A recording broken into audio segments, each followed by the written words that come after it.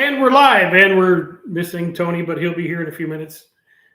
Just like always, and we got a bunch of people in already. We got Jokers, we got 71Z28.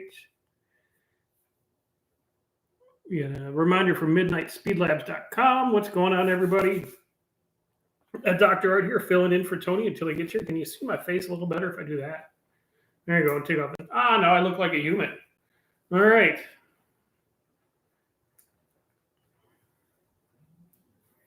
So what's going on, everybody? Everyone good in the world? I know I am because Nathan McCree is here, Thunderbird 1968. What's going on? And like I said again, Tony will be here in a minute. He's coming with the dog from class, so you know he's reliably tardy. So KJ, Kylie, Frank, Emerald, Nathan McCree, 340 Shorty 6-pack. What's going on, everybody? It's what is it? Wednesday? Yeah, it's Wednesday night, and we're hanging out, doing stuff. We're just out since it's kind of been raining. It was a little bit cooler today, so I was getting a bunch of stuff done on the Barracuda, getting ready to put that on Facebook Marketplace, possibly this weekend. So that would be nice. American Trucker 6665, what's going on? Thunderbird 1968. Normally I'm at church on Wednesday nights, so this is good to be here. Well, good to have you. Jason Argon Bright 4798, what's going on?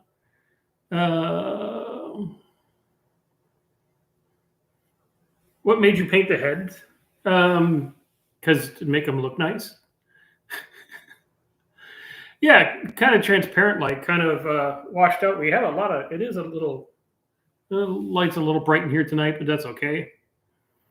How's it going? Hoping everybody's having a nice night. Michael Boutreau, 4183. Scoop. And Kim Passable live from inside the tin can. Yes, we are. Does it sound very echoey, Kim? Try not to be too echoey. We can bring the microphone down. I'm the only guy here for a minute till Tony gets here, but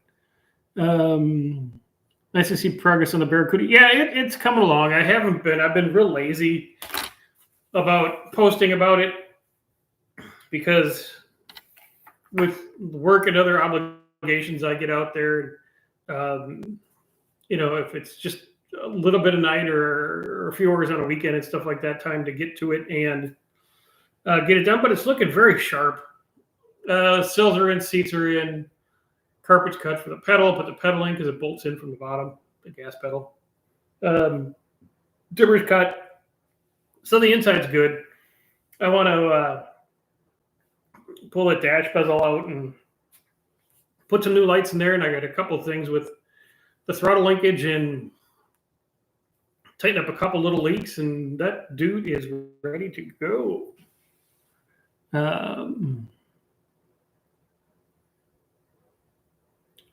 It's Jason's automotive. Okay, just your personal account. Okay, cool. Sounds fine. Thank you, Buford. Any experience with certain brands of spark plug and not giving an accurate burn reading? No. Just some are better than others. I use pretty much NGKs and everything, so I know how to read them, and they're good with me. So that's just what I use. Pretty much 99% of everything from, the go-karts, the lawnmowers, to whatever motor I'm putting together or whatever project car I have. I'll just put the NGKs in them because I like the way they burn, et cetera, et cetera. Zero's here. What's going on, buddy? Fubar is also here. Great. One Car Garage. Just got done restoring and getting my entire dash engaged back in my 1973 Trans Am. Nice. Feeling good. Lots of work, but it's done. The 73. I like that small back window Trans Am. Those are some of the favorites.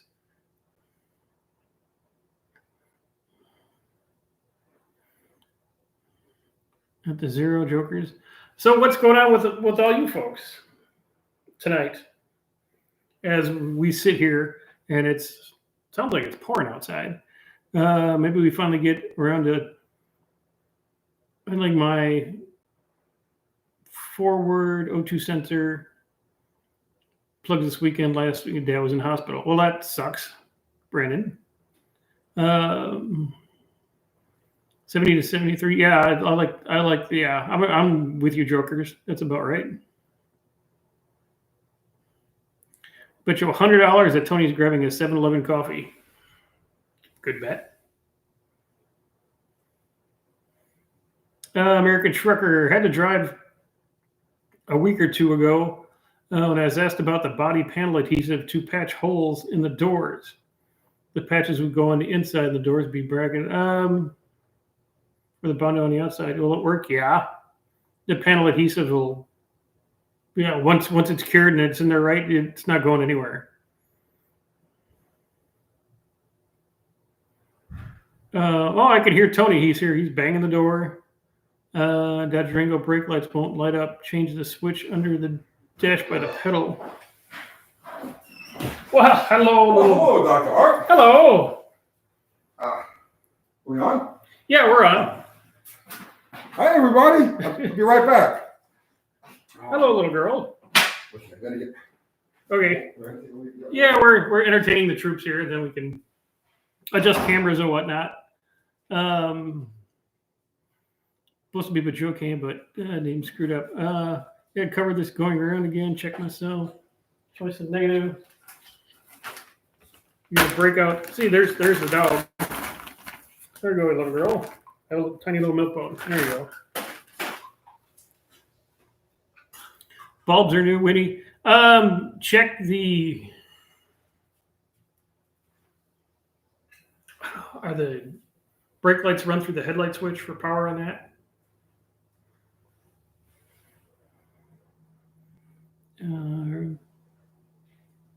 Anybody make rear main seals that don't leak on a small block Mopar? Nope.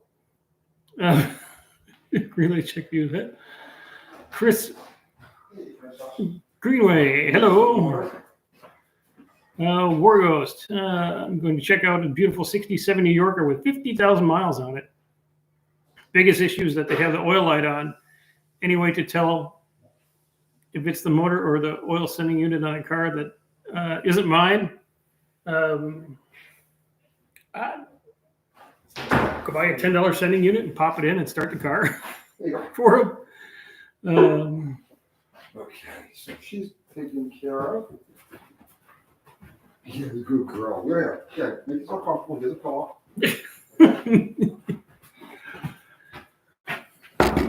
All right, have a seat. And I'll adjust the camera accordingly. Hello, everybody. No, that's not too bad, huh? No, it's good. Okay. Yes. And okay, I can see.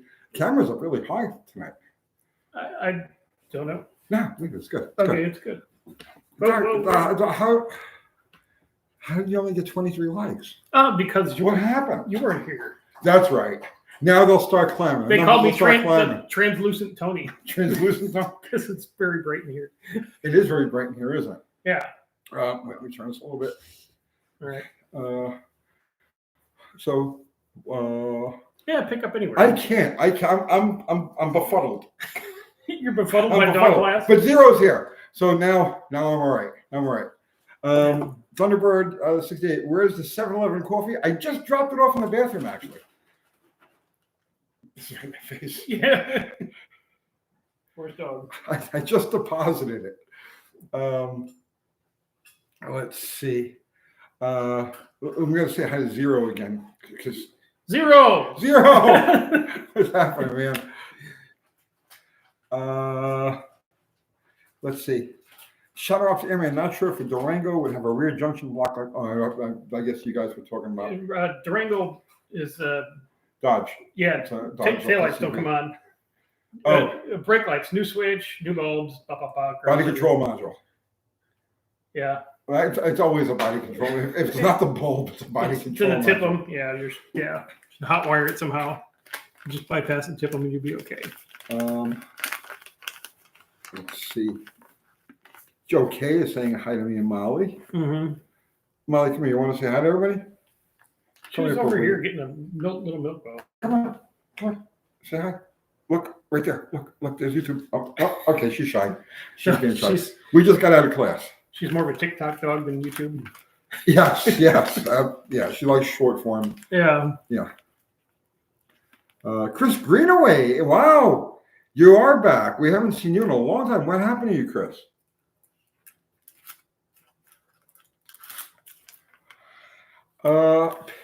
Pedro Castilov. Did I get your name right? Castilov? Yeah. Castilov? Okay. When are you going to disassemble the dragster? Have you heard from Jeff? Yes. Yeah. Well, things are moving along here. Okay. So, Okay. probably roll a cigarette. So, actually, I got to go there tomorrow. I'm off tomorrow, so. Awesome. Then we're going to meet over at the car. He went. Oh, that's Kathy. Hope she did good. She did pretty good. Oh, those treats on the back table in the bag. Don't feed them to her. They are bad. If so, They're bad. no, they're milk bones. They're little milk bones, Kathy. All right. Anyway, Dragster. So he went today. Jeff, car's owner, went today to pick up a barrel valve, an idle check valve, a port check valve, and linkage, so we can hook up the Entropy bug catcher. Was that his or yours in there? That's it. Oh, I have nothing. Actually, nothing. I found some stuff. Did Believe it you? or not, yeah, some port lines and some fittings and whatnot. okay. But that's besides the point. He went today to Alky Digger over in Nashville, and if you guys are looking for hardcore, super hardcore parts, like beyond Alky Digger in Nashville, you need top fuel parts. That's where you go. So, he got the K valve, idle check, port check, the linkage, the arms, and everything, so we can convert that over. And he's flowed. He's had both pumps flowed, the 175 and the Enderly, and they're both good pumps. So we're good to go with that. All right. I'm going there tomorrow to pick that stuff up, but also I want to shoot a quick video on how dragsters work. Remember when, before we started shooting the video the other day? You talked about the axle height and then Right. yeah. So I'm going to do a quick video tomorrow. You're going to be there too. Yeah. So I want to do a quick video on just how dragsters actually work. Okay. Then he's going to be gone for about a week or 2 weeks. And then when he comes back, the dragster will come here and we'll field strip it. Now, we have make fish sticks. Oh, no, Cap, no. Dr. Art brought these. These are milk bones. These are fine. These aren't fish treats. No. Oh, she thought they would have. All right. So here's the plan. And I reviewed it with him today. Okay.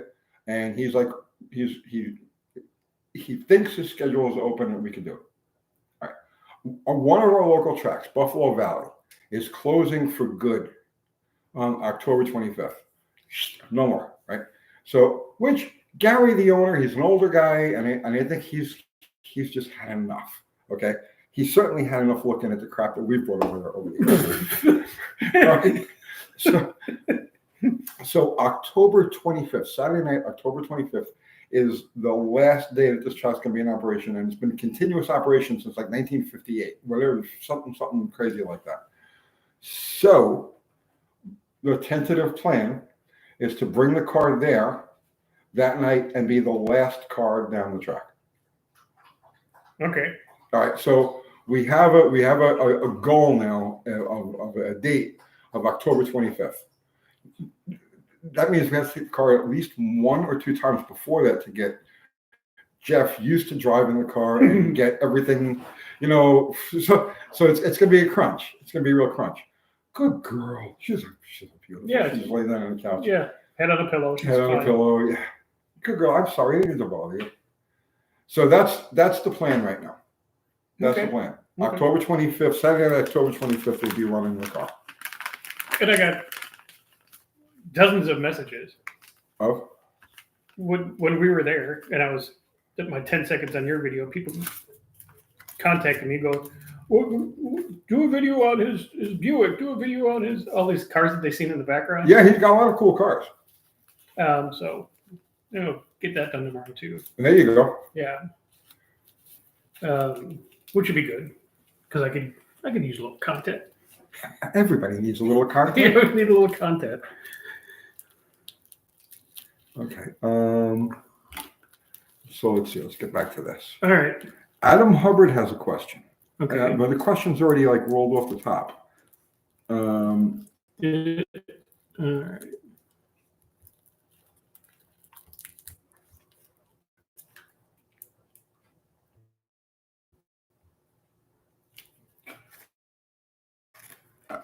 There it is.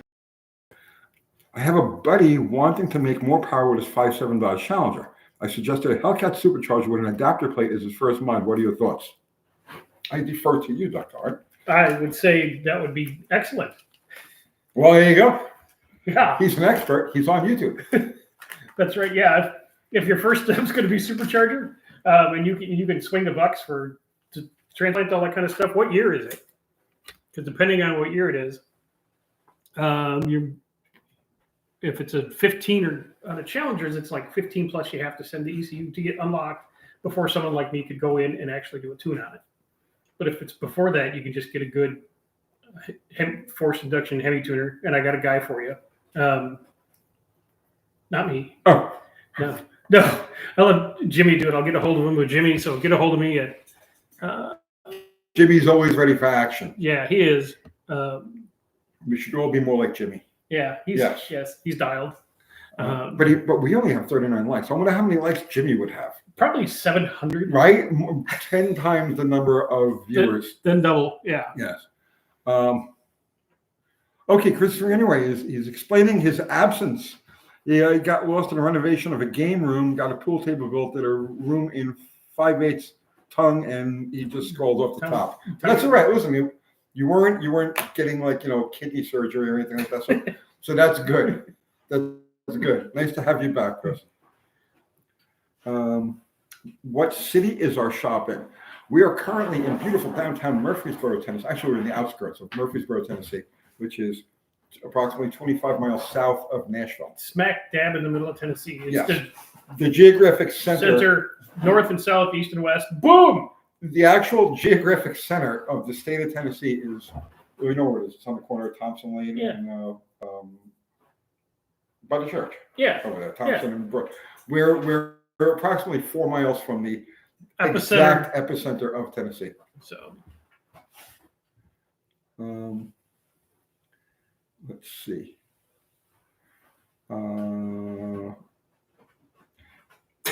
4-barrel, 2-barrel equal to 2V. Yeah, I don't know why Ford did that because they have to do everything. There is special Ford way. Everybody else on Earth's got to go. Cylinders 1, 3, 5, 7, 2, 4, 6, 8. No, Ford's going to be 1, 2, 3, 4, 5, 6, 7, 8. Everybody else got to be 1, 8, 4, 3, 6, 5, 7, 2. Ford has got to have 5 different freaking firing orders depending on what month the car was built in. All because of craziness like that. The whole universe calls them 2-barrel carburetors, 4-barrel carburetors, 6 barrels. They go 2V, 4, 2 Venturi, 4 Venturi. Because Ford. Yeah.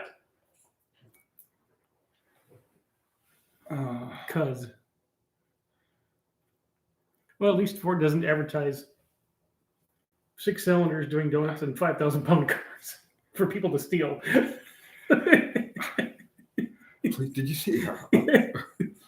Tim, you're failing, Tim. I know he watches because, like I said, we do have mutual friends. Yeah. So he got pissed off at me at one point with something I said. Yeah, just shave. Which is okay. Just cut the car in half, and yeah, it'd be okay. Tony, watch the video where you say you prefer Autolite plugs. Any particular reason? Well, it's tradition at this point. All right, so got back to the Nitro days because everything goes back to the Nitro days. The only plugs we could use consistently that wouldn't knock the ceramics off, they held up with the Autolites. So we could get good consistent readings without destroying the plugs with the Autolites.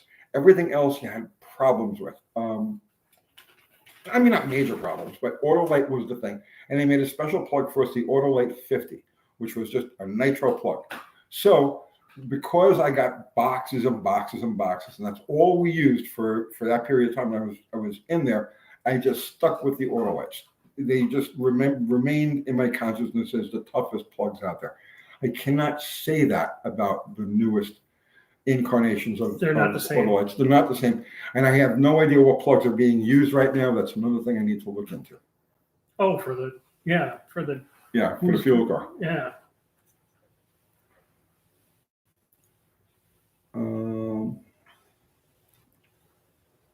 Bob Bump. My Mopar isn't running right. My old pig ain't running. That's what Mopar stands for. My old pig ain't running. What can I do? Effing with you. My W100 /440 project turned into my daily doing great. Oh, awesome. Thanks for advice. $7,500 a week in gas sucks, but I love driving it. I mean, that's all that matters. Money's temporary. You can't buy joy. This is true. You can't. Well, you can. You can definitely buy a lot of joy. Well, yeah. You can buy joy in her sisters, probably. Yeah. Yeah. Mm-hmm. Well, they say that money can't buy happiness, but how happy can you be living in a cardboard box at the curb? Yeah. I don't know. Somebody chucks you a sandwich. It's a good day. So. But within reason, of course. Yeah. Olive is in the house. What's happening, Olive? William Shoemaker. My 1941 Dodge is running after 35 years. Where do I find points in other parts? Oh, I mean, good points for the Eklund. Was it Napa? Yeah. Yeah. Try, because I had a problem with points. I couldn't get good points for a while, and then somebody turned me onto the Eklund brand that you get through Napa. So try them.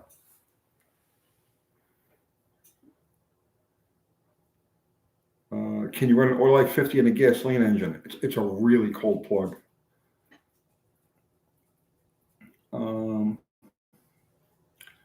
Let's see. Mike Adams. Putting Edelbrock 600 CFM Performer, 4V to 2V heads, intake, and cam kit on stock 400M. My daily driver LTD. Should I use an open space or a 4-hole under carb? What was it again? Can you scroll back up? I'm trying. Come on.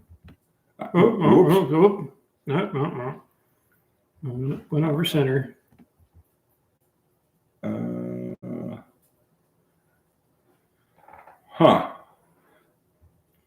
There it is. Edelbrock 600 Performer, 4-valve, 2-valve head, or two barrels. He screwed me up again. Ford, 4-barrel to 2-barrel heads, intake and cam kit on a stock 400M daily drive. I would just use an open spacer. Yeah, I would use an open spacer. And that 600 is not going to be enough, I don't think. Well, it depends what he's doing with it. He's doing but if he's doing the Cleveland head conversion on that 400, that's you put your fist down the ports, right, and it's all bottom end, so it's going to be. Yeah, what he's got there is a good cruiser combination with the carburetor. It's a good towing type of thing. Yeah, but daily driver LTD.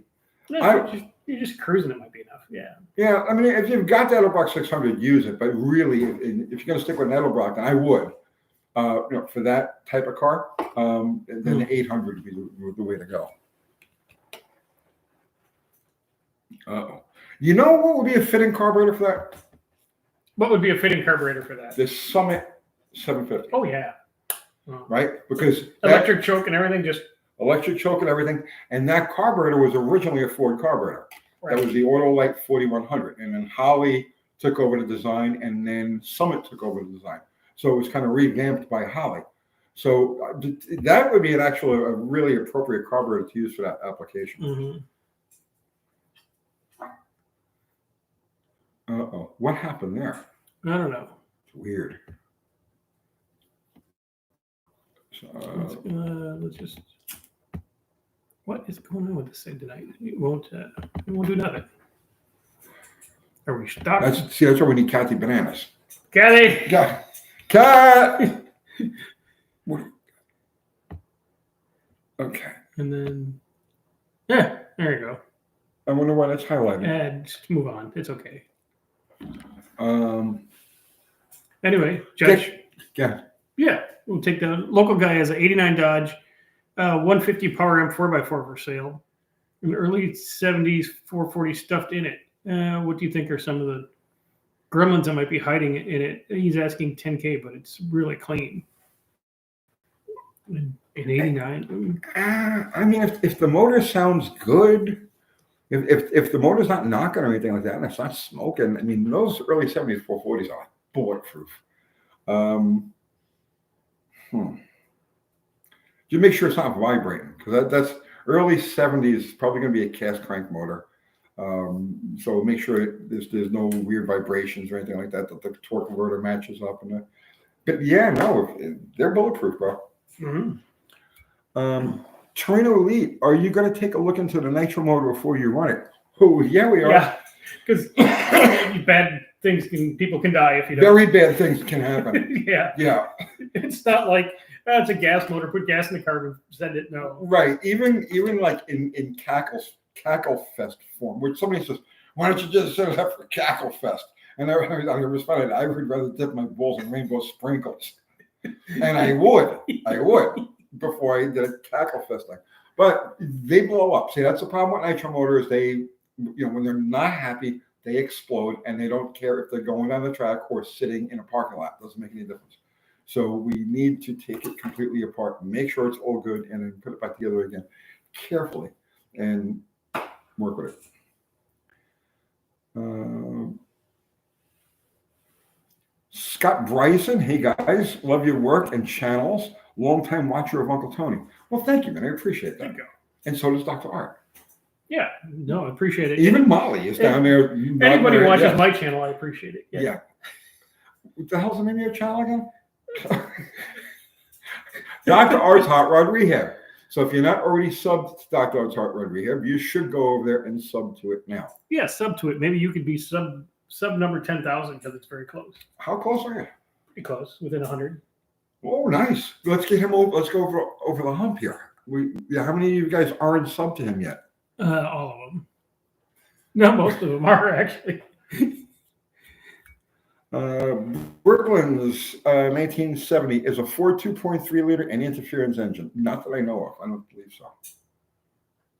Let me think. No, because they popped them. Yeah, they popped those timing belts like they nothing. And you retime it and fire it back up and keep going. Not an interference engine. Although they might be versions of it that are, but I'm thinking about just the inline valve, Pinto engine. The wedge combustion chamber Pinto engine. No. Not interference.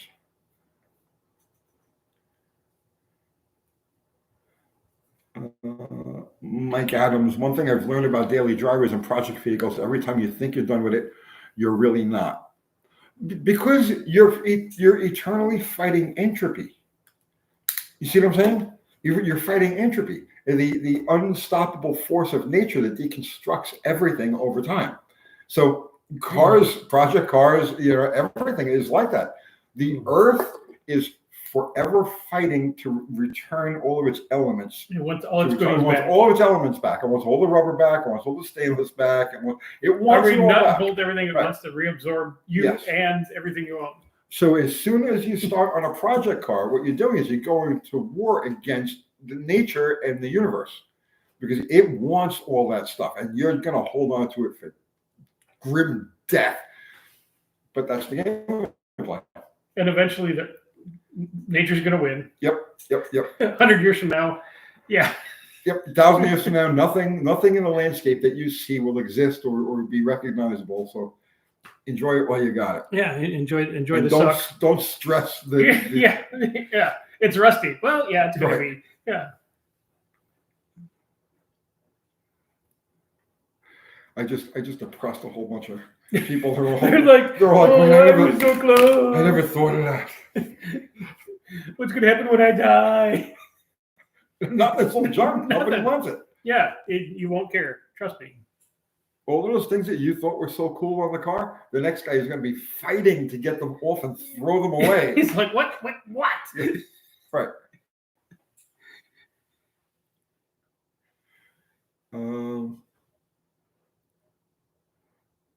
Let's see.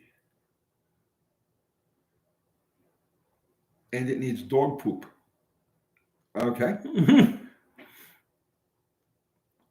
Thunderbird is saying the only cars the universe doesn't want back is ugly cars. No, wants them all back. The universe wants everything back. The earth wants everything back. I've driven ugly cars and they went back to the earth. Yep. Give me all my shit back. This is what Mother Earth says every day. Yeah. Jose Lamel. Hey guys, got a 2001 Dodge Ram 1500 5.2 with 238,000 miles. It has power. I was wondering, is it time to refresh the engine? Not burning oil yet. Thanks. No.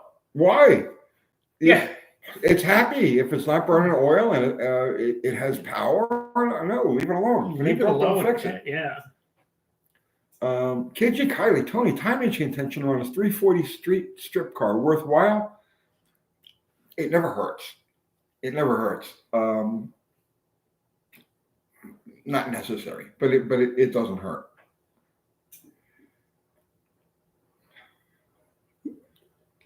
Mike Brunello, Tony, how many times did a Nitro engine try to kill you?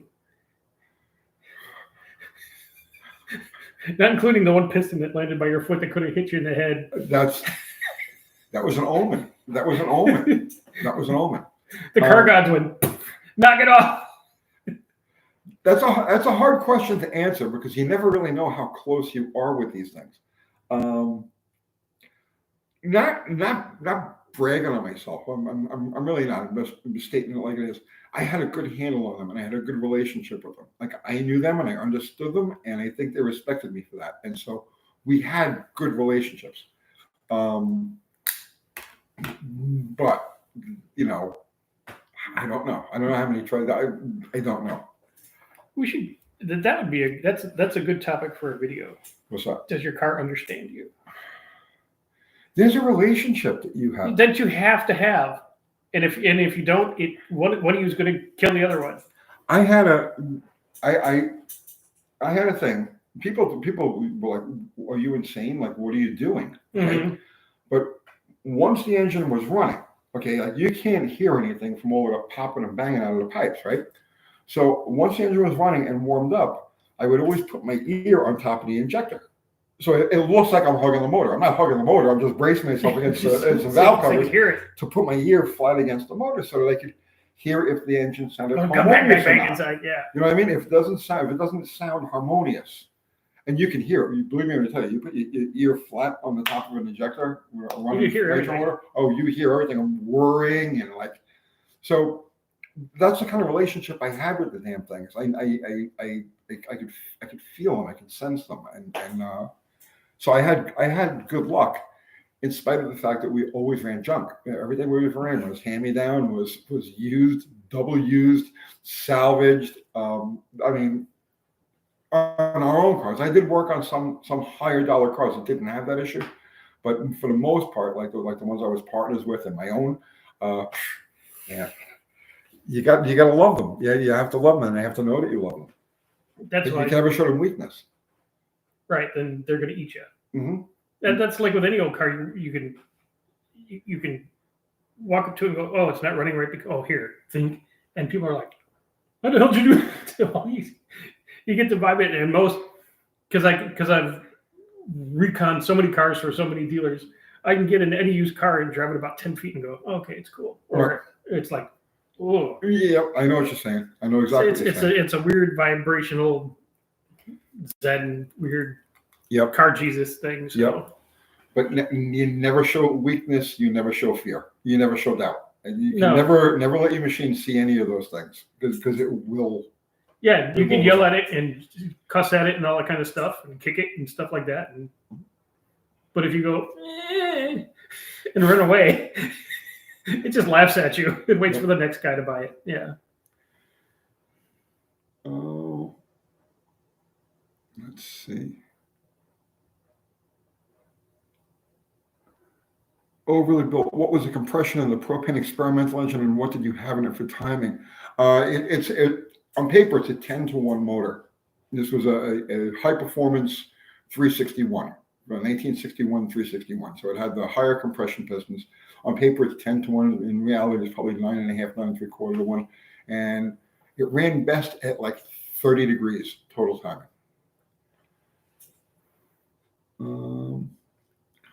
Peter Costello, Dick LaHaye would put his ear on top of the blower of his Top Fuel motors he was tuning in the 90s. Yeah, I wasn't the only one.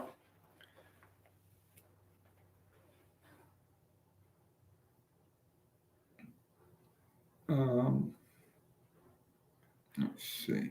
Oh, it died. It did not die. Well, something like that. You think? Yeah, there's no movement. There's no movement. None. we might have put everybody off. Talking about the entropy, they're all outside now. They're all weeping. Oh, there we go. Weeping in the corner. Oh, I'm never gonna win. Burnout Garage. Have we ever gotten an actual nitrous test on Bottle Rocket? I don't know. Have we? I think you did. Yes, we might have gotten a few of them. Joker. The car also might have paid for itself in one run. Yeah, with one of those. With one run. Right. Individual coil packs on the motor. There's a way to test ignition coils while driving to see if they're firing? No, but you can do a balance test on most good aftermarket scan tools to do that for you. Yeah, you test the coils while driving. I don't know why you'd want to do it while driving, but yeah, you can do it while the engine's running. Yeah, you can do cylinder drop test. I use a plug wire light. Yeah, those are handy. Those are handy. It's a test under acceleration load. Well, you know what? I'll tell you what. It's not the coil. If you lose fire in a cylinder under acceleration, I guarantee it's not the coil. It's the plug. It's either the plug or the insulator, but it's not going to be the coil.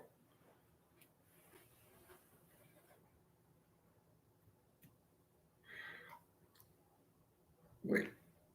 If the coil is weak overall, but notice what I'm saying is you're not going to get a good functional coil that will drop out under load. If a coil is weak or bad, well, okay, maybe I stepped on my own dick there. Maybe if they're individual coil packs and you think what cylinder it is, swap the coils with another cylinder and see if the misfire moves. And if the misfire moves, you got a bad coil, you put a new coil in it. Real easy. You don't have to do anything. Just swap it with the coil next to it. And if the misfire moves, it's the coil. If the misfire doesn't move, it's valve, plug wire, whatever. Simple. Yes. Simple.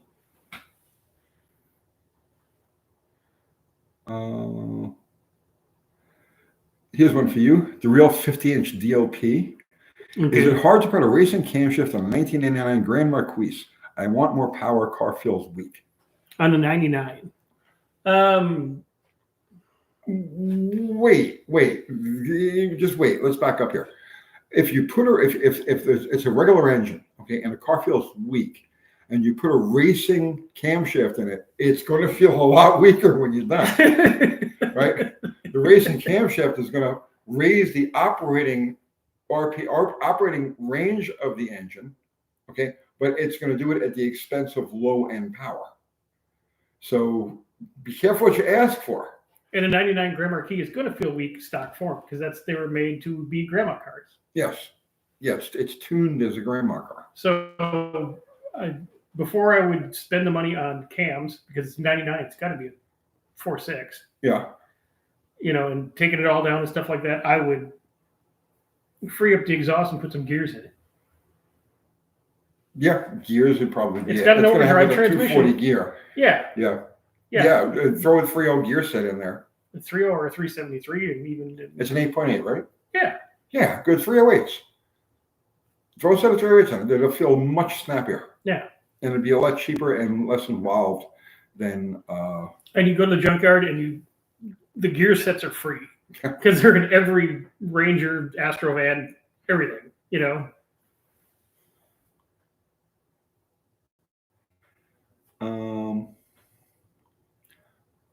It has a 276 gear in it.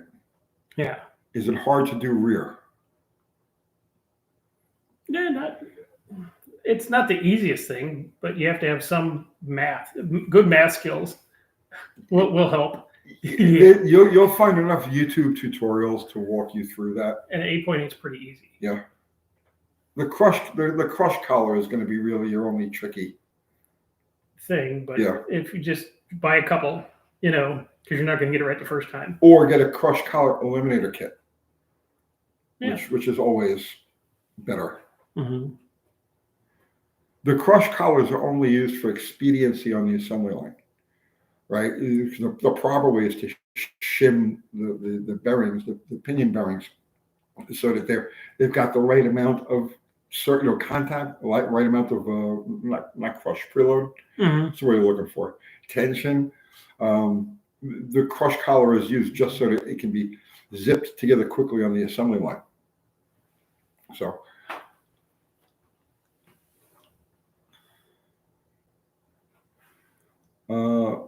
Mike MQ7PY. Grok, the AI, says I should use a normal volume, high pressure oil pump with a 70 PSI relief spring in my 427 big block Chevy. Is your 427 Chevy a restoration, or is your 427 Chevy an all aluminum supercharged? What do you have? Where are you have?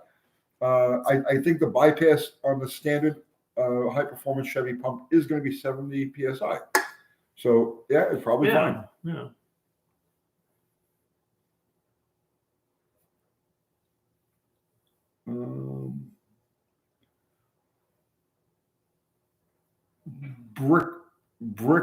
Bricklins 1970. I was under the impression that I don't have to worry about my timing chain on my 2.3 engine with 150,000 miles on it. If it's a Ford 2.3, it's a timing belt. Did they ever put a timing chain on those engines? Maybe on EcoBoost. Oh yeah, perhaps. Yeah. But every 2.3 I could think of is on a belt. Is a belt, and at that mileage, you got to. Better worry about it. Do it today. Yeah, exactly. You're 100 and some odd thousand miles way overdue. Yeah.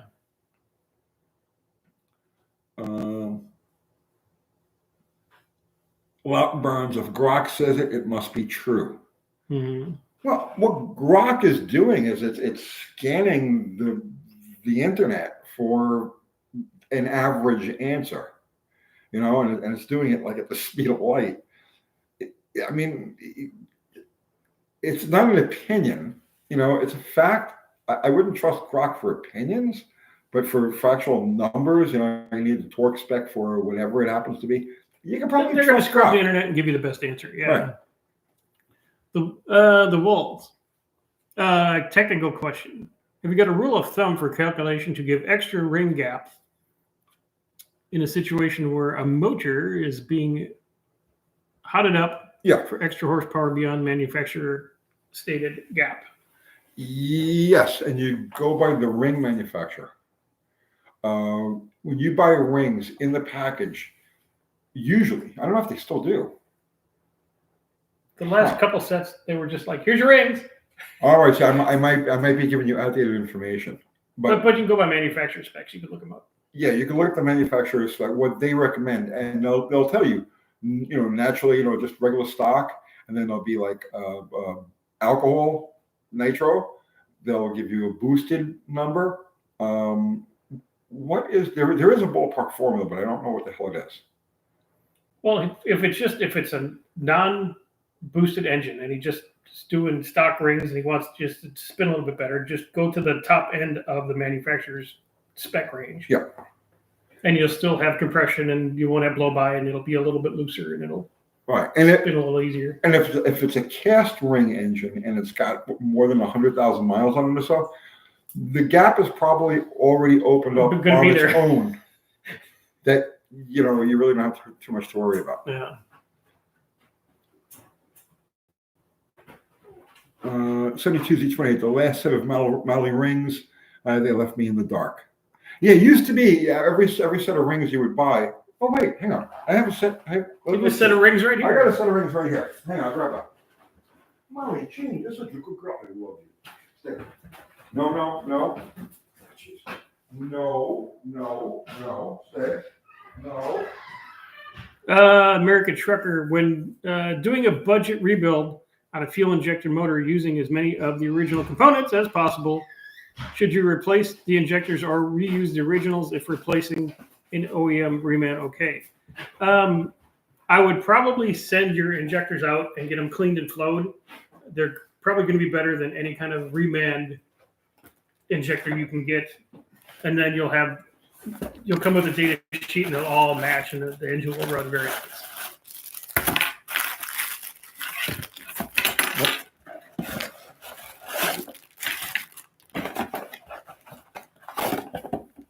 Aha.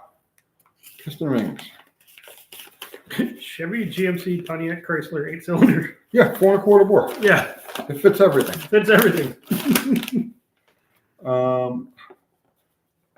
What's that say? I I can't read squiggly line. Piston rings. Put the dot on top. Here's coming on the scroll. Okay, they're not giving any recommendation for. No, they just tell you how to put them in, not upside down. Yeah. They used to give specs based on what you're doing with them, but nope. Outdated info. Yeah. They can make one ring for everybody.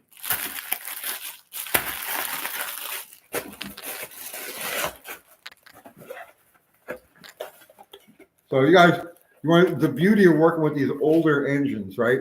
So the Hastings rings there, right? So these will fit Chevy, GMC, Chrysler, Pontiac, 4.25 bore. Everything but a Ford. Yeah, won't fit a Ford. Ford would reject them because they're too common.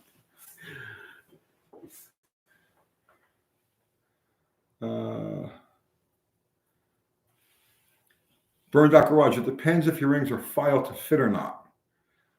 Well, I mean, it depends. You can order a 5-over set of rings if they're available, and you would use them as filed to fit, as opposed to buying a set that's already filed. There's so many different variations.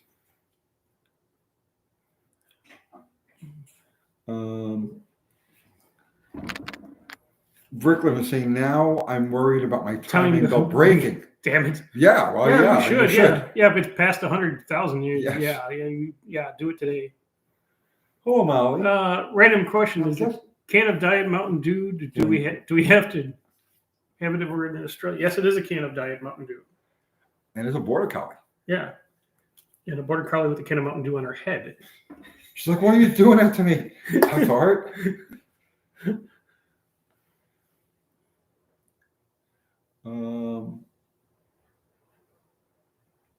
Really King is saying all rings are filed to fit. That's the spirit. Yeah. Joe K, you've been watching Steve Maggs, his new videos? He's back at it. I have not. In the junkyard. He's just. He's back in the junkyard? It's like it never happened. I got to get him. We got to do a live with him again soon. Nicholas Agnew wants to know, why does it hurt when I pee? You probably got gonococcus. Yeah, he bought some Joy. And yeah, she left him a gift. I believe he's quoting the Frank Zappa song. Oh, okay. Yes, from Joe's Garage. Could be.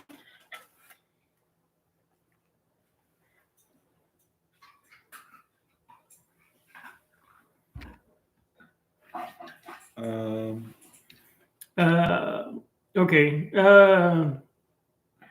Shadow Ops Zerman, 2005 Duratec 2.3 uses a timing chain. Okay. The timing chain overhaul best before wind up needing a new engine or vehicle. So apparently the Duratecs and the EcoBoost and stuff are interference 2.3s. Okay. I know, things change. Things do change. So if you have that, Bricklin, then don't worry about it. You know, if it is a belt engine, then yeah. Yeah.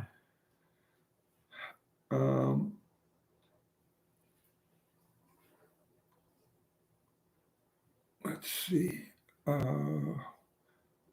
CD Burlock, Total Seal sends them ready to install, yes or no? Well, they all like rings like this that are just, by the bore size, not over or anything like that. Yeah, they're pre-gapped for pretty much an average. They're going to be close. Yeah, they're going to be close.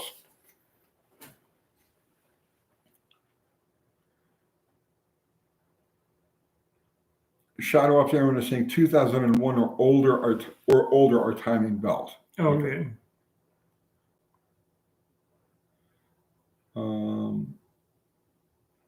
Okay, Brooklyn is saying this is an 05 Ranger. Hang on, I gotta look this up. Go ahead, you keep them going. Okay. Burnout Garage, do dual overhead cam, timing. Chain engines have a master link to pull the new chain through. Nope, you got to undo the tensioner and pop the chain off. And you lock the cams. Before you do that, put everything top dead center. You lock the cams, release your tensioners, and that gives you enough slack to take the chains off. And if you're doing like a 4.6 Ford, the big long chain, it's dimensionally same left and right. It's got a yes, you absolutely do have a chain. 05 Ranger. Yeah. Okay. Yeah, 2001 to 2011. It's a chain, and it looks like it's because you got a balance shift. Oh, okay. In those engines. Yes. Okay. So from 001 and up, the 2.3 is a chain. Thank you for that. The only Dodge garage, Uncle Tony, I have a 1977 Dodge D100 Slant 6. It was originally a manual truck, but someone put a 727 in it. Doesn't have a kickdown cable. I've got an aftermarket one. Anything special I have to do? No, just hook it up according to directions. I'm not a big fan of those for daily use. There's a reason why Chrysler went out of their way, because Chrysler they had cables in the 60s and the 70s, but there's a reason why they use mechanical linkage for that. So for limited use, like a weekend hot rod or a race car or something like that, then I'd say, yeah, cable's great. But if you're going to use it every day, I would err on the side of what the engineers did and put an actual set of linkages. Go find it in a junkyard. Yeah. Mm-hmm. Mm-hmm.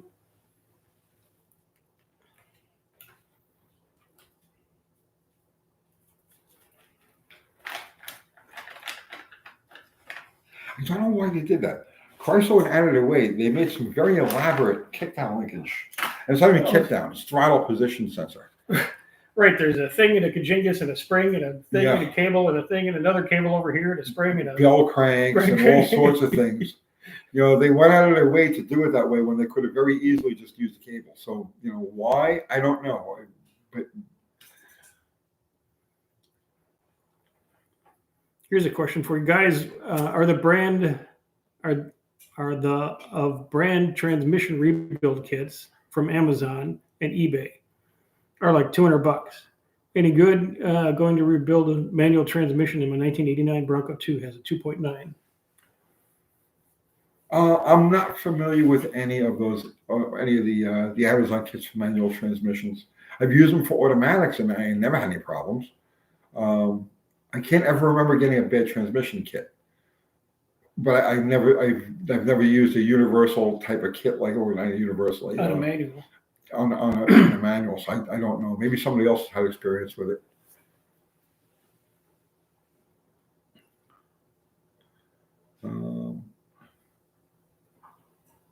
Who's the junkyard guy? Phil. Phil is the junkyard guy.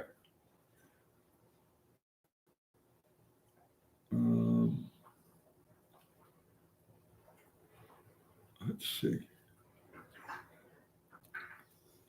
Wargos is saying he's going to go check out a 67 New Yorker with six what? Bananas in the trunk. Damn it. He says after that. Yeah. Mike MQ7PY says he built the Slant 6 as my high school auto mechanic class project back in the 70s. It screamed. Excellent. Fubar's in the house. Nice. Fubar changed his name. It's at Fubar 000. Sometimes YouTube gives the weird name descriptions. I don't know. It's like, is there a disturbance in the force? Is everything normal? No, nothing's normal. Excellent. Entropy. Yeah. The universe is taking back all the good log ends. There you go. Rock bottom racing. What? Rock bottom racing. Mark and Linda says factory kickdown linkage sounds like something from a Rube Goldberg machine.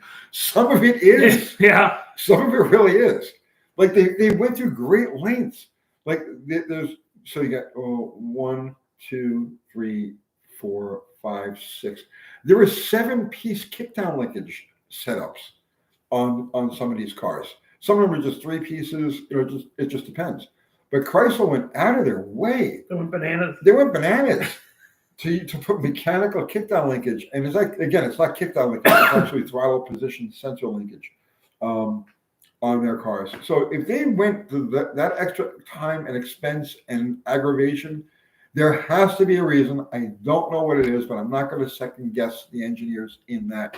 You could ask John Cope. I bet you John Cope would have let me see. When everybody else was using TV cables, they were using 15 digit cranks. If I can find John Cope's number on you real quick, I'm going to text him and ask him. Or maybe Jamie from Dead Dodge Garage. Maybe. I'm never going to find this number. Jimmy got his Hemi running. He looked very, very happy. Congratulations, Jimmy. It sounded nice too. 69. What is this? No. Hey, Uncle Tony, been daily driving a 66 Rambler American with the 232 i6 for a few years. Is it normal to only rev to 3,200 RPM? Is all the original equipment besides the tune-up parts? I'm trying to find John's number. What was that now? He's got a Rambler. 232 straight 6. Nice. It revs out to 3,200 round RPMs, and that's it. That's it? Is it tune-up, or is it just the way it is? Well, did you give it a tune-up first? I mean, the points could be done. 3,200 RPM. No, that engine should go to 5,000, 5,500 all day long. Mm-hmm. Yeah, more than likely a tune-up related issue. Check the points, check the gap on the points. If that's not it, and you can't find the obvious answers like that, maybe a valve spring played out, a couple of valve springs are played out. But it should definitely rev higher than that.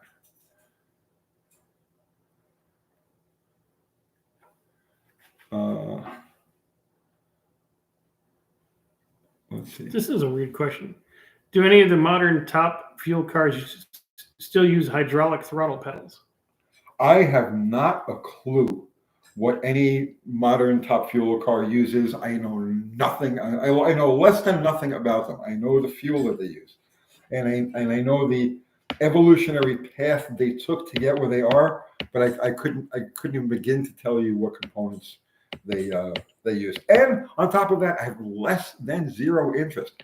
As I've said many times. Hang on a second. Molly is caught up in. Molly, come here, baby. She's caught up on a wire. Come on, lift your foot. The one wire holding this whole show. The one wire that holds this whole shebang together, and she's wrapped up in it.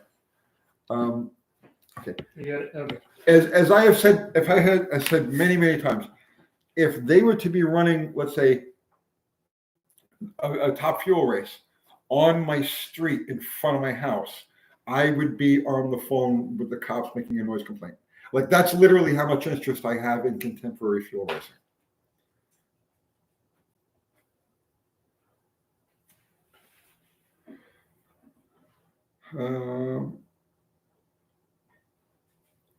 Bernard Garage, did your cars use hydraulic throttle pedals? No, we had straight linkage on everything. Oh, wasn't a cable, it was straight linkage. Well, cable. Okay. A Morse cable. Okay. No, Molly, don't eat that. You'll get zapped. Here, Have some. Here, go forage. Forage for cookies. Go forage for cookies. There you go. Keep you busy for a while. They love foraging, man. The dogs, they love the forage. That's a game. Yeah. My 1984 F-150 Transpan keeps leaking. Yes. I put a filter in and checked the torque. Yeah. Ran it a few times. It's always fine. A week later, it's leaking again. RTV needed on the gasket? Question mark. Don't use RTV on the transmission. No. You probably, if you haven't done it when you had the transpan off, where the bolts go through the pan and up into the transmission thing, they go up like this. Say that again now? The bolt holes. Yeah. For the transpan. They get mushroomed up. Oh, okay. So when you take the transpan down and clean it and put your new gasket on, every bolt hole has a hump. So it's never going to seal. Yeah. So you go back with a dolly and a hammer and you flatten all those out. Right. And then you clean it real good, file it off, and then redo everything and torque everything right. It shouldn't leak again. But that's probably why it's leaking. Probably. He's probably right. That's a really common thing. Now, as far as RTV, you never use RTV to seal a transmission. You can use it to hold gaskets in place. So in other words, like if you just want to keep the gasket in place, you could give like a very thin swipe of RTV and then stick the gasket to it. But don't ever attempt to fix a leak or put a bead of RTV on any type of transmission component, because the fluid is such a good solvent. It'll just right through. Eat right through it, and then you have a bigger leak. Yeah. Yeah. Weather stripping adhesive is your best friend if you're looking to stick transmission pan gaskets.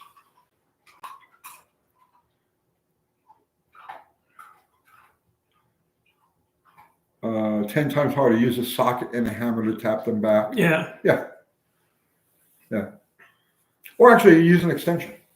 You just take a 3/8 extension and put the round end over the wallowed out hole and just give it a couple of taps down.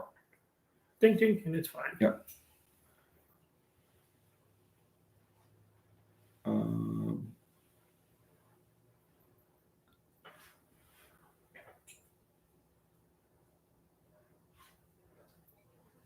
Loud burns. Damn AMC 232. We had timing was only 2 degrees before top and only 13 total. No wonder it would only rev to 3,000 RPM. Check this also on your Rambler. Yeah, check timing. Yeah, because if your point's war and your timing's lazy. Yeah, or the distributor might have been left in a little on the loose side, and over time it'll gravitate backwards. Yeah. Set it at 10 initial and see what happens. Mopar Maniac, when does the 392 Hemi teardown begin? Probably in about 3 weeks or thereabouts. The 3D3 has to get finished, right? The hell do we call it? It's the 3D3. Mystery motor. Mystery, yeah. The pole barn mystery motor. The piece of shit 3D3 has to get together and in the Belvedere, so we can take the Belvedere down to the speed lab and take the Ranger home, and then there's space, and then and then we can bring the Dragster here. The owner of the car won't be available for at least 2 weeks anyway. So right now, between now and then, it's just gathering bits and pieces. Today he went and he picked up a barrel valve, a couple of a port check valve, an idle check valve, and some linkage. So things are moving, but the actual action on the car isn't going to happen for a few weeks yet. And then when it does, there's going to be a lot of it. You got to give the security guy extra bullets when that thing's sitting in here. Yeah. Yeah. No blanks. Yeah. Don't. Yeah. So are you going to be the clutch guy? No, because I don't know anything about it. And? Because I don't want to kill Jeff. No, when being the clutch guy means that. So we have to drill on it. So a lot of people. So let's straighten some stuff out, because people are like, you're going to make some short runs with it. Why are you going through all of this? Because it doesn't matter if you're going to make half a pass, if you're going to make a launch, a half a pass, or run the thing for an entire season. The same routines have to be done. So before we can actually put Jeff in the car and point it and let him drive it out for as far as he feels comfortable. And he's got a big pair of coyons. He's a stunt pilot and stuff, so there's a good chance when we do cut him loose with it, he's going to leg it. So we're going to find that out on October 25th. Tentatively, we're going to find out October 25th. But just to go through this now, right? The first step with the car is no, you had it. Is going to be just to get it to run on gasoline. No big deal, but we have to go through it all before we do that. So once we get it to run on gasoline, then we're going to get it to run on nitro. Now, after it runs on nitro and it gets warmed up and we load it against the clutch and whack it a time or two, we need to, again, take things apart to make sure that nothing leaves. Start all over. Right, start all over again. So it has to be disassembled. So then we'll put the car on the ground and we're going to have him do the shortest burnout you've ever seen. You know, the instruction there is just going to be just stand on the throttle, back it off halfway, and then pull your foot out of it. So it's going to be a really short squirt burnout. And then once again, we have to at least pull the pan, take a look, make sure everything's good, and set the valves and all the other stuff. And the clutch has got to be checked and probably adjusted. There's work every step of the way.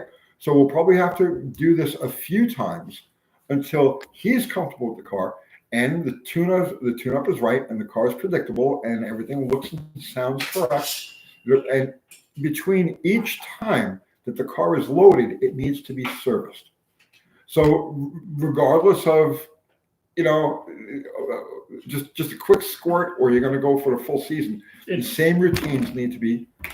Break out the checklist and don't vary from the checklist. Yes, it is the nature of nitro, you know. Now, so you being the clutch guy means that. I mean, we'll go over the clutch itself, right? But your job would be to pull the coupler, the reverser, the can, while I'm doing the engine stuff. There's nothing really critical there. No, okay. Right, but just it's a hot job. Those clutches. You mean the clutch gets warm? Oh, they get warm. I can't tell you how many times I left my fingerprints on the housing. Oh yeah.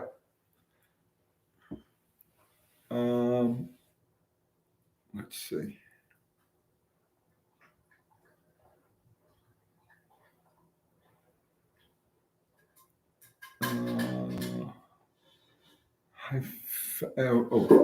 What was this? The little red. Oh, 80. Hi, fellas. I have an 96.59 Magnum with a 78 LA360 from the Little Red Express.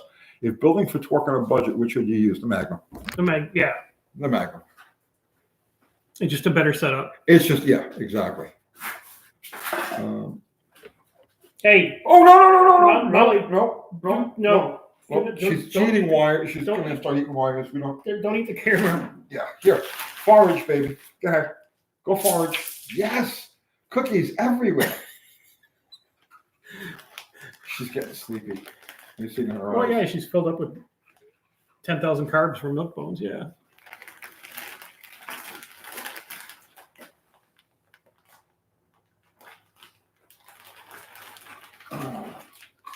Yeah, Doctor. This one here. Yes. Per old school direct connection reads, all my rebuilt engines have drilled oil restriction plugs installed to reduce upper end oil flow. Yeah. Is this still a thing anymore? It's not a terrible idea. So what he's referring to is there's the passage, the oil passage that goes from the cam to the deck and then passes through the cylinder head to oil the rockers. And at higher RPM, you can get an excessive amount of oil up there, or more oil than you need. So the trick back in the day there was to drill and tap the oil passage in the deck and then install a jet.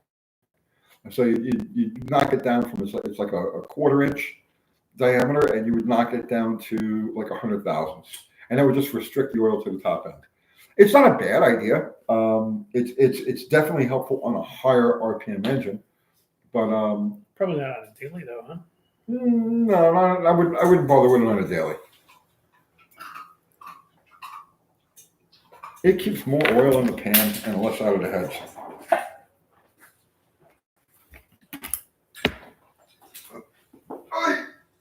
Yeah, that's all right.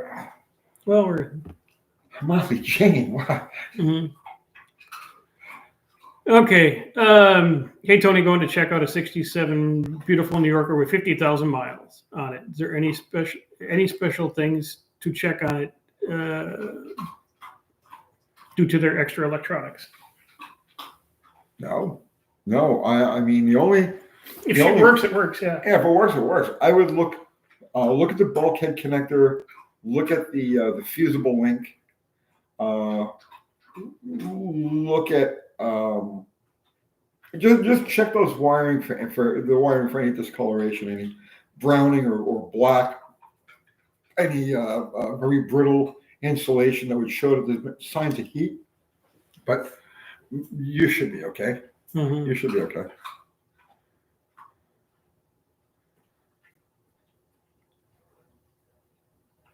Okay. Yeah. Take a question. I'm paying attention to my They're kind of rolling the bus on you here. See, Burlock, what if Tony sells the engine or swaps for a new project? I'm talking about the Dragster. Sells the engine or swaps for the project. What do you mean? You're going to sell Jeff's engine? Oh, no, I'm not selling Jeff's engine. No. No. And for the record, I don't sell engines. If I don't give it away, I'll scrap it. But I don't sell engines. I don't care what they're worth. Oh, she's just unplugging the light. We probably should kind of cut it a little bit early tonight. I think she's getting restless. Yeah,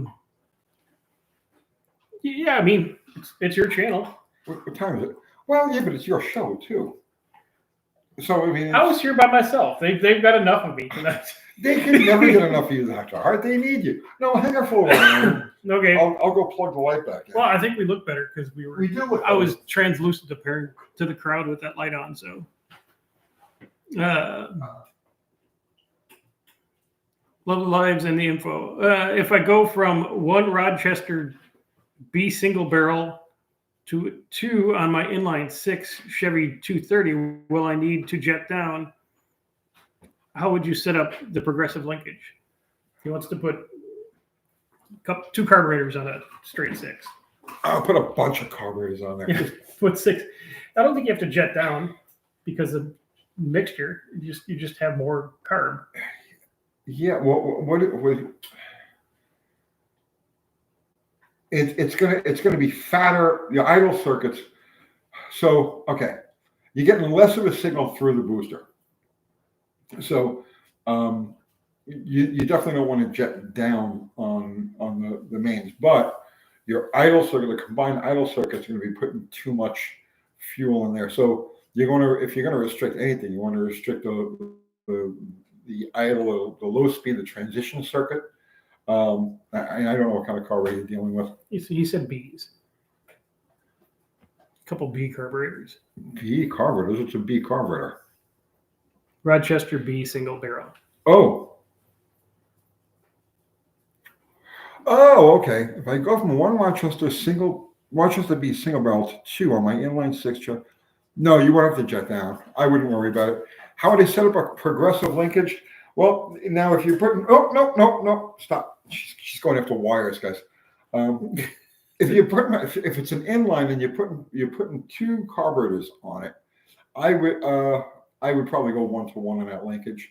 Because really, in all honesty, you don't. Because if you're going to put, if here and here, you want them even. Yeah, just make it 1-to-1. Yeah, you're dealing with a 2-barrel. For something like that, I don't think you have to do anything, honestly. Run the linkage 1-to-1, put the carburetors on there, where normally it's going to idle, let's say, with a turn and a half on the mixture screw. It'll probably idle with a turn on each, or 3/4 of a turn on each. So you just want to keep backing off the idle mixture screws until, as much as you can. And then there's this, what color pinstripes make a car go faster? Purple, no? Because purple would be a combination of red and blue. Right. Clearly it's the thick purple. It's very thick. Thick enough so that it actually becomes a prominent color of the car. That's yeah. how I would do it. And that thing will like a rocket. You won't be able to keep the paint on it. It literally, will burn the paint off. So, be ready for that. Don't put your hand out the window. Say goodbye to your fingers.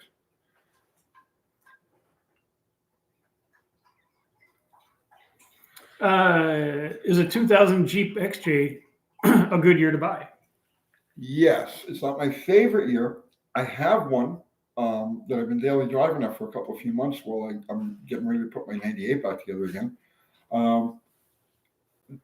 The sweetheart years for the XJ are 97, 98, and 99. 2000, they went to a coil-on plug ignition. They changed the calibrations of the engine. They idle a little rougher, and they don't get the same gas mileage. There's probably a 2 or 3 mile per gallon difference between a 99 and a 2000. And like I said, this is from experience now because I've dailied all of these. So sweet spot, 97, 98, 99. 2000 is good, but it's not as good as the 99. And the same thing for the 2001. The other liability is on 2000s, the cylinder heads tend to crack. So on the top part, water jacket cracks. Can you convert a 1050 Dominer that was running alcohol back to gasoline? Sure. Just got to jet it down. Yeah.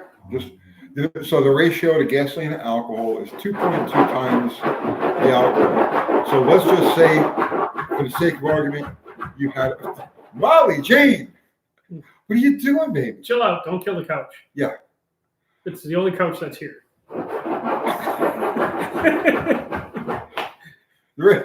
The ratio is 2.2 times alcohol to gasoline. Well, they're probably the bigger boosters in it too. But yeah, there's no reason you can't convert the body and the bowls and everything else back to gasoline. Do you want to stop? She's going a little nutty. Yeah. She's tired. We'll go for a little while longer. Right, Molly? Lay down. Yes, good girl. Yeah, head on pillow. Down. Unless you want to forage. You want to forage somewhere? Here. Yeah. Yeah, put it in the other room. Yeah. Here, babe. Go. Yes, go get him. Get him. Hundreds of tasty little tiny milk bones. They taste like shit. Have you ever tasted these? But dogs like them. I don't know why they like them. I don't know. My current dog does not like them. The German Shepherd he lived on. Yeah, she's not crazy about them now either. They're everywhere. Go. She wants to be in the same room with us. That's what the problem is.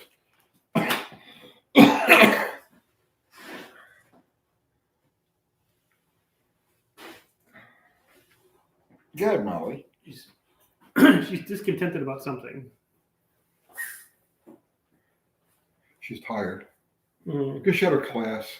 Mm-hmm. All that excitement about that. All excitement. Yeah. Okay, good.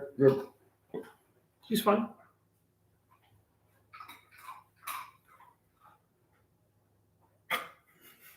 All right, back and okay. She senses the aliens outside.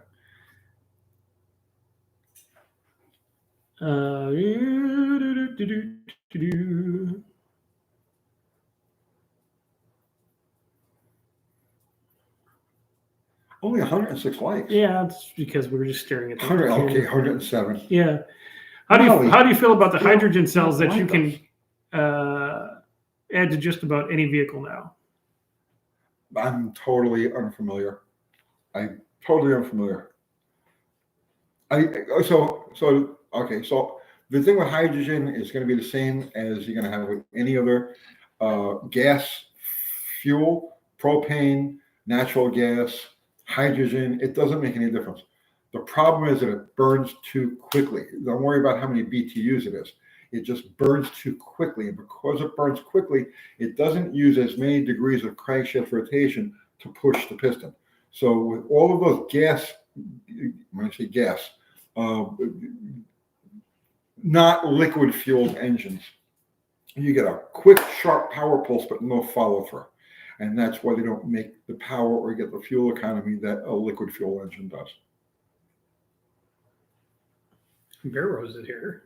Bear Rose, what's happening, man? La la la la la.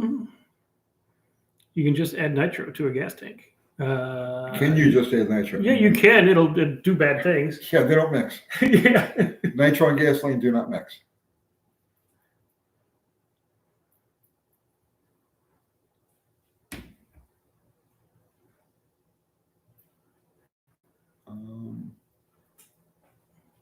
Tinker Kid 84. Try Kid 84. Flipping piston question. How does flipping rod and piston actually help the power curve? Whether it is 120 or 120 thousandths or 500. It does two things. It reduces the amount of friction. So the way the preload is, or the way the offset works is it loads the piston against the cylinder wall so it doesn't rock around.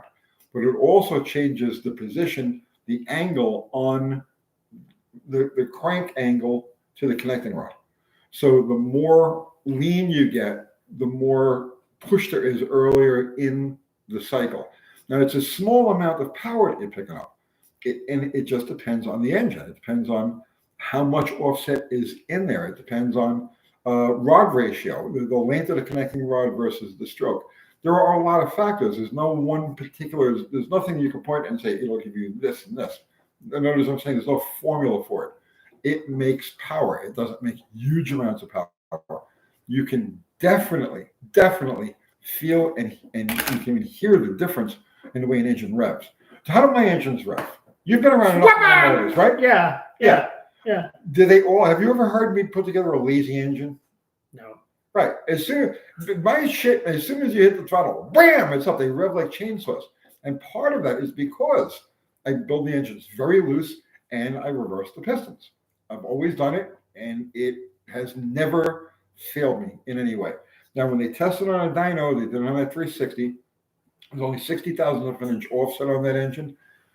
They didn't see a difference. They didn't see the peak numbers didn't change. But if you look at the graph, if you go find that video and you look at the graph, there is a short section there. I'm going to say, I'm going by memory now, but it was like in the 3,000 to like someplace in the 3,000 to 4,000 RPM range. You know, the whole, so someplace in that range, and you can see there's a bit of a difference in the two engines, right? The two configurations. Not enough to actually say, here's a definitive difference, but there was a difference. Now, one of the other things that I argued with that, and David Rizzo agreed with me, is that you have a couple of different types of dynos that work.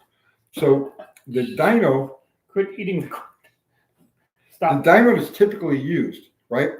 The engine is the way dyno tests are done.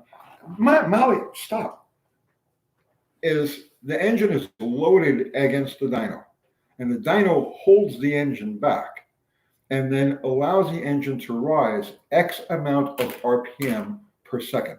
Okay, so this is all predetermined by the dyno operator. It's all built into the program. So the motor is completely loaded, and now the dyno allows it to go to the next levels, and it checks the resistance at each level, which is different than an inertia type of dyno, where the engine is run into the dyno, and the engine itself is dictating the rate of increase. You would get two different readings based on internal friction. You wouldn't get that with a dyno, like a conventional dyno, but on other dynos, you would see it. So it depends on the testing of it, how it's tested. And this was something that David Vizard tried to bring up, because when he was working with, was it Chrysler? He was working with one of the manufacturers, and the type of dyno that they used was exactly that. You everything idle, you flat foot the motor, and the motor dictates how fast the RPM goes up, and that's where they saw the differences. So, what can you say?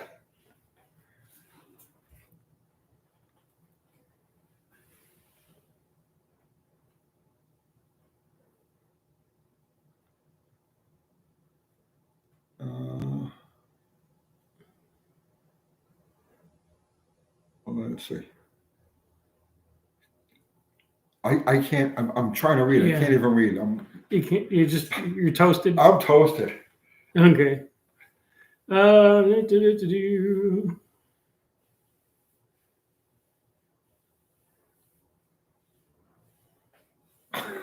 Yeah, you're not toasting. No, but they're just talking to each other about stuff. So,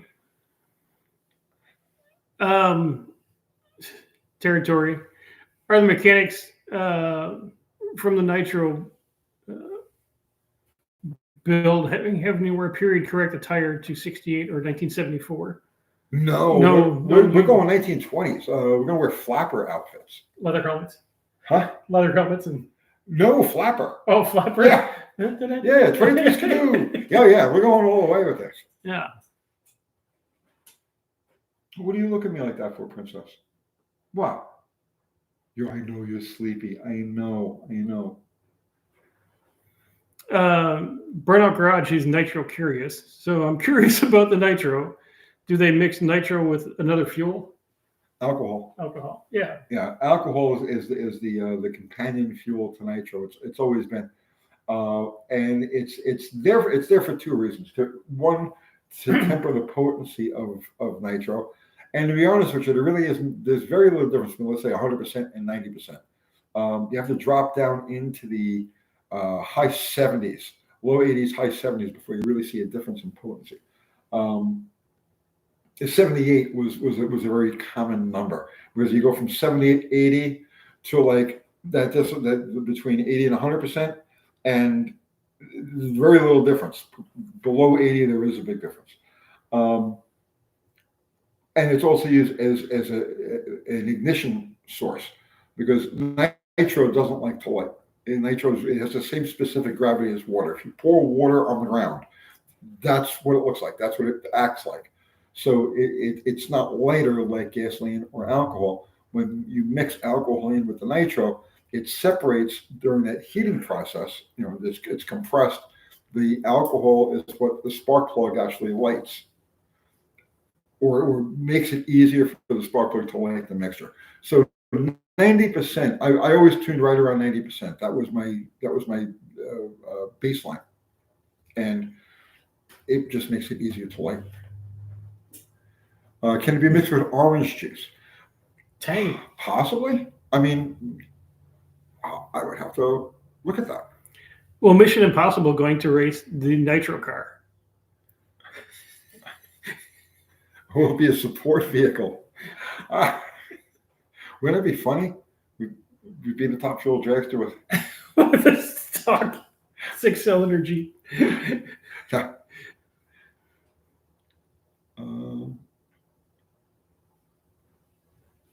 Let's see. Anthony Barber, can I run 33% Nitro in my car? If you want a very angry car. Yes. For a very short amount of time. Yeah, because low percentages of Nitro are damaging. So you can so you can tickle an alcohol setup with small percentages of Nitro. It starts to actually show an effect at about 5%, and at 10%, there's definitely an effect there. But once you go beyond that, what you have is an extremely lean alcohol motor, and it's just not happy. They don't work right. The IHRA tried a 20% thing with the Pro Mod cars years ago. This was, and I remember talking to Bill Coleman, because he was, at the time, I was up to my ass in Nitro cars all the time, and I was talking to Bill Coleman, who was trying to run the 20% in his car, and he was telling me how he had boxes and boxes of pistons. He couldn't keep pistons in things, and he couldn't figure out why. And it's because at low percentages, Nitro is very unhappy. You add more than 10% Nitro to an alcohol combination, and you have a very, very angry alcohol motor. And you can't fatten it up enough to make it happy. Well, then the power falls away, because now you're just fat. So low percentages are not a good thing. Tick a little bit like an exciter, but that's as far as you want to go.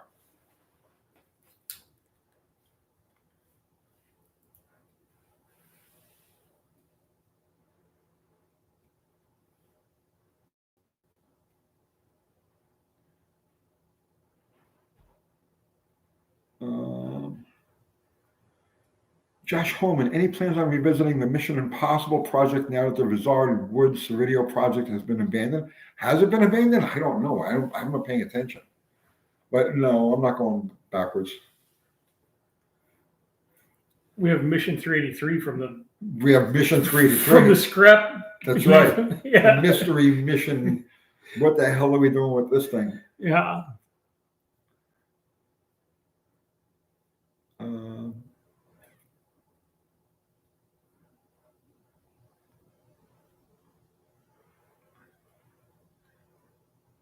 Space Miners, come out to Yellow Belly Drag Strip in Grand Prairie, Texas.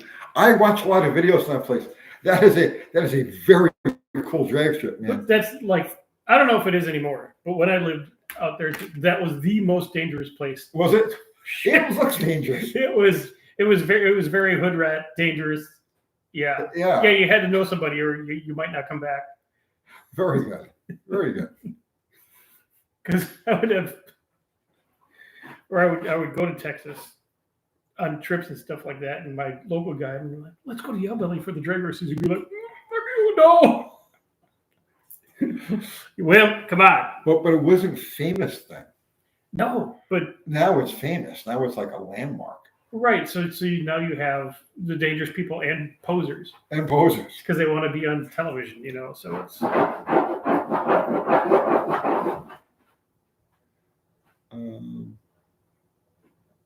Scuzzy Sculpin, do you love your XJ content though? If you think of anything else, it'd be great to see. Yeah, there's definitely XJ content coming in the future. But okay, so a couple of things got dropped in my lap this year. The first is that Kathy was down for about 4 months with MS, so I couldn't do anything. I was at the house taking care of her, taking care of the dogs. There's no drag racing, no getting deeply involved in even working on anything. I had just enough time really to shoot a video and get the hell out of here. So that was for months. That put me off, and now we've got this top fueler popped in my. It's like the universe says, "Okay, Kathy's back in running order. Have a top fueler." So now I've got this. So things that we had planned, I had planned for the near future, are now put off until probably next year. There is definitely more XJ content coming. There's definitely more Mission Improbable content coming, but it's not going to be until we're done with what's on our plate now. Right, because once the 383 is done, well, Dibs explained to him that to get the Dragster in the shop, somebody's got to go. Yeah. And it's the Belvedere. To get the Belvedere to go, the 383's got to get done. Right. So. Or there's going to be a lot of moving around of dead objects. And we're too old to push shit. Right. So they're going to drive it out of here. So that's the plan in order. So in theory, in 2 weeks before the Dragster comes, the Belvedere may or may not be finished. Yeah, like tomorrow, I'm all over that engine. Molly, Jane, baby. Molly. Quit wrecking the place. She's bored and tired. Yeah. I'm all over that engine tomorrow in the next couple of days. And yeah. Bottle rocket and slag hammer will collect cobwebs. Yes. I'm planning another engine build for a slag hammer. I've actually got I've got everything for it really, but that's not going to happen until next year. Actually, I've got an engine for a bottle rocket I wanted to do too, but again, not till next year. And that one's halfway sitting there. Yeah.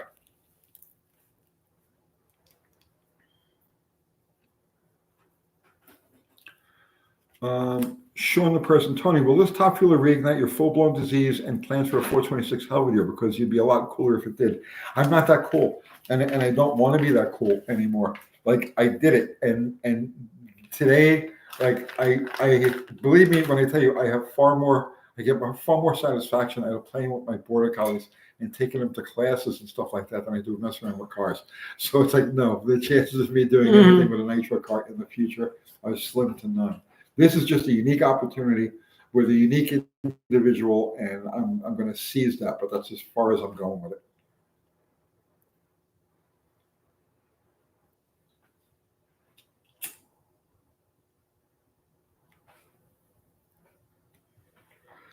I think it died. No.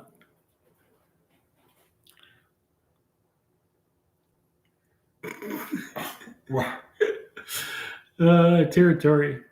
Stop being hard on yourself. When I grow up, I just want to be like you guys. Thinking us strong enough to build near cars. Build near cars. Near cars. We come close. Come close.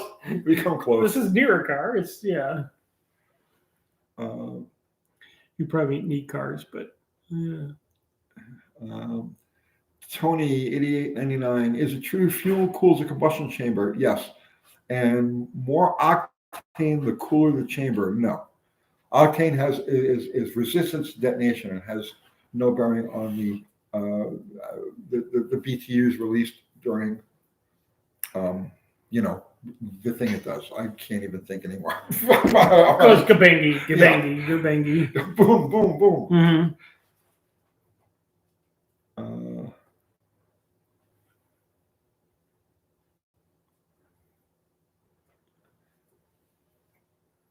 Dean Stevenson says it's okay to deny your impressible cool nature. Irrepressible cool. Well, irrepressible. No, I'm just old. I've just done a lot because I'm old. I know a lot because I'm old. That's about it. We did all the shit. Yeah.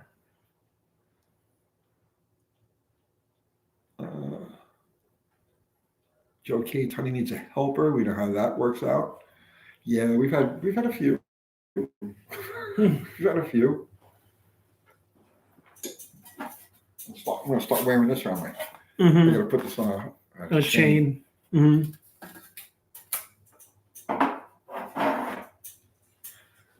Too bad you couldn't do some kind of collaboration with Scott and the Cold War Motors crew.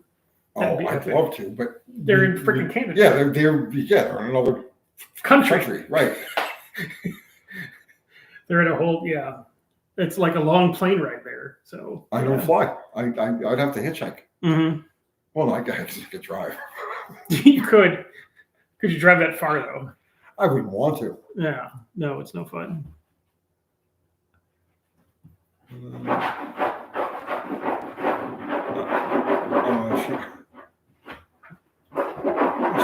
She's trying to make herself comfortable there. Mm-hmm. C-Body Garage. Hey guys, changing the timing chain on my 1967 300 440 car. Ordered double roller chain from Rock Auto. Stuff I've read says to replace with double chain. Tony said in the 383 video, use single chain. I'm a parasitic loss freak, right? Like I look at everything and I'm like, how can I reduce the weight of this thing? How can I reduce the amount of energy it takes to spin this thing? Like that's my life. That's my religion. I lay in bed at night and that's what I think about, right?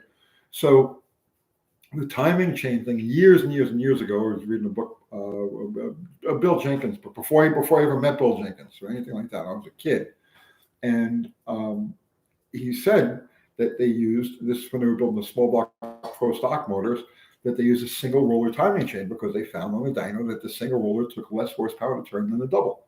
So as well, if that's good enough for the grump, it's good enough for me. So ever since then, unless I'm building an engine that has a lot of lift, a lot of valve spring, you're going to run into a lot of valve train harmonics, I automatically put a single roller timing chain in it. So that's why I do that.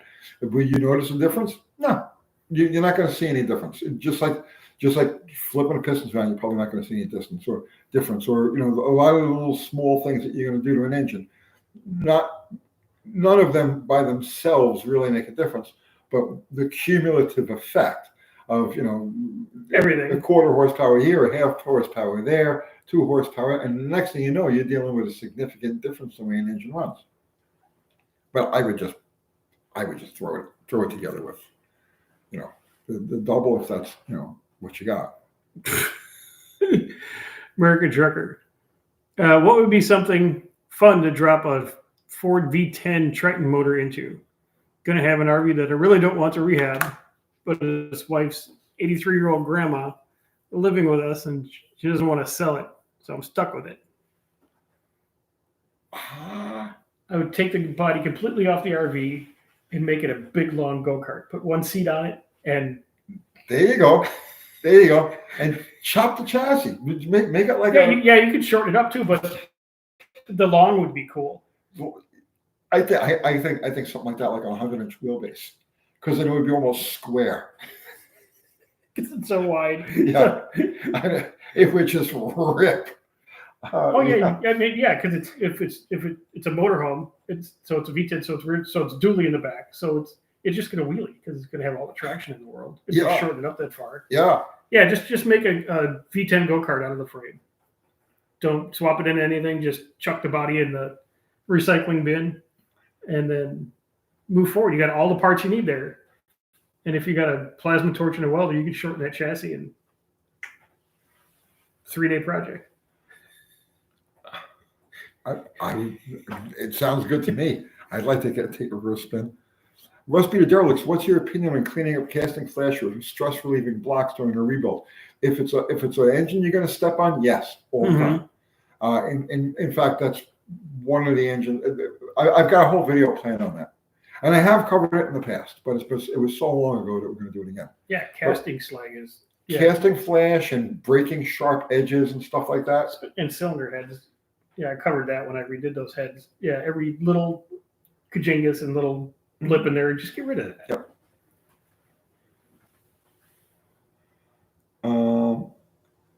But I'm really can put a covered wagon on a motorhome chassis. That's yeah. And like maybe a plastic horse. A plastic horse, zip tied to the front. Yeah. All right. Where is she? Right there, taking a nap. All right, let's wrap it up. We're getting up to 2 hours now. Okay. Let's call it a night. Let's call it a night. All right. So what do you got going on? I got hopefully I'll have a couple videos of Jeff's cars. Yes. Oh yeah. Tomorrow we're going out to Jeff's. I'm going to shoot a tech thing on how dragsters work, and it's very interesting. Yeah, you guys, a lot of you people when you look at these things and you go, oh, dragster, but there's so much into what makes it and where this is and all that kind of stuff. You want to see this. Yeah, and it applies to everything. Like the basic principle applies to everything, and I'll point that out in the video. But and then Jeff has a bunch of cool cars there, so he's going to shoot the other cars. He's got the Hemi Cuda convertible. He's got that 71 Charger RT. Yeah. He's got that Buick convertible, which is like 600 horsepower. Yeah. He's got that beautiful Trans Ams, and he's got that Funky's 80 Trans Am show car. Yeah, with the blower. With the blower on it and stuff like that. Yeah. So yeah, he'll have a lot of that stuff on his channel. And I think that's it, right? I have nothing else. I don't even know anymore. I'm out. It's over now. So take your big black cow. Our awesome mods, our fantastic mods, Zero, Fubar, Mexican. I didn't see Mexican Spec tonight. Well, they're always here in prison. But is he? That's okay. Yeah. It's Mexican prison, better than Turkish prison. Yeah. That movie really freaked me out, man. Yeah. All right. So yes, our awesome mods, guys. Thank you so much. Everybody contributed super chat. Oh, I don't think anybody contributed super chat, but that's okay. It doesn't matter. We appreciate you anyway. Right. We didn't really deserve it tonight. I don't deserve anything. Nothing. I deserve nothing. So, yeah. Okay,